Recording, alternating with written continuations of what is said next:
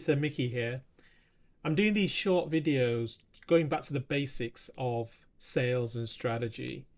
And through my time here at AWS and previously at Oracle, I learned that helping salespeople get a better grasp of how to engage with customers happens better if it's all simpler. So these are a short series of simple tips and simple educational videos to think differently about how to engage with customers. So here's my first topic of today. It's the 6 pillars of a business architecture. So the 6 pillars of a business architecture is something that I've come up with. And I think for a salesperson, the most basic fundamental framework to understand about your customer's business is what are the different pillars of that business and why are they different, and that leads to how you should engage. So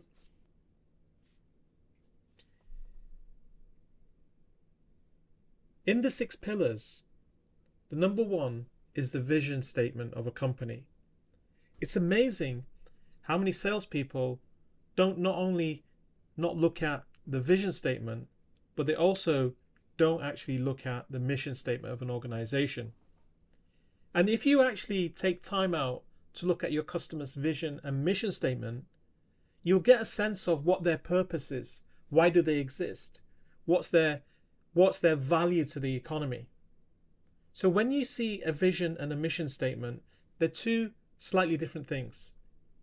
A vision statement is about how the company, your customer, wants to be identified or known while they're trying to deliver on their mission. A mission statement is how the company envisages their goods and services and the company itself serving their end user to achieve their goals. So one is about how the company wants to be perceived, that's the vision. And the second is how the company wants to serve the end consumer. And how does the goods and services that they produce serve the end consumer.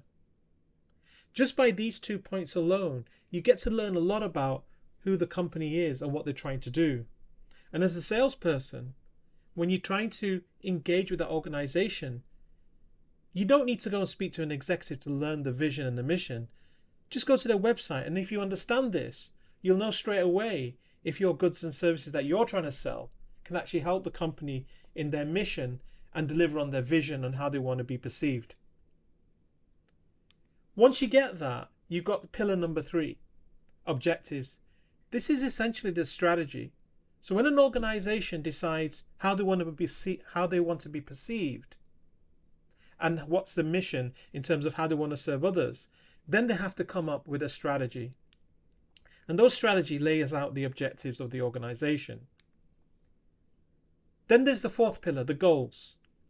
For me, this is operationalizing the strategy. So once the objectives have been laid out, as in how do they deliver on their mission, you set up goals. This is operationalizing the business. This is the infrastructure, how many people you need, what type of marketing do you need, what headcount, what operational infrastructure, which leads to just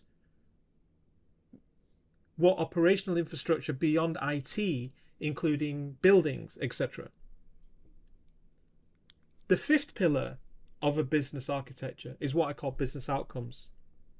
And business outcomes are how your consumers are served by your goods and services.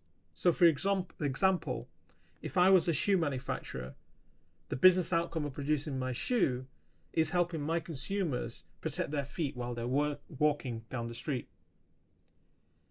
Separate to the business outcome as the KPIs which you measure the success of the business outcome. And this could be revenue, could be margin, could be market share.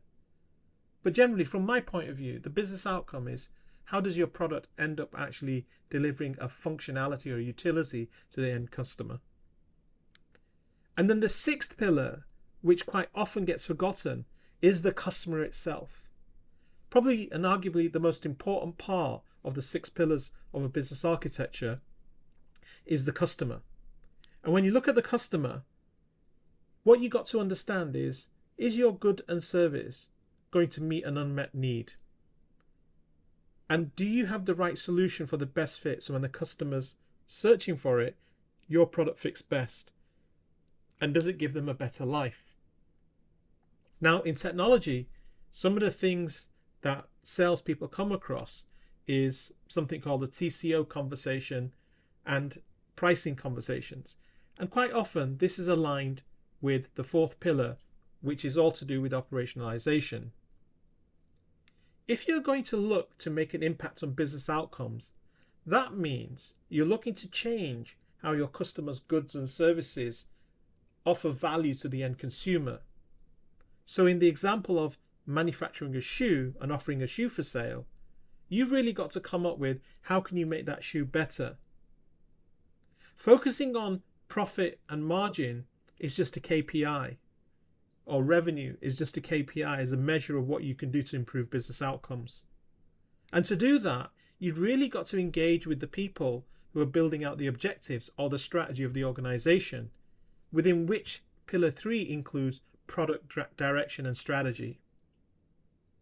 So these are my 6 pillars of a business architecture. I hope this little video helps you get a different perspective on your customer without you even having to engage with them. This is Mickey with the 6 pillars of a business architecture, signing off. Look out for my next video. See you soon.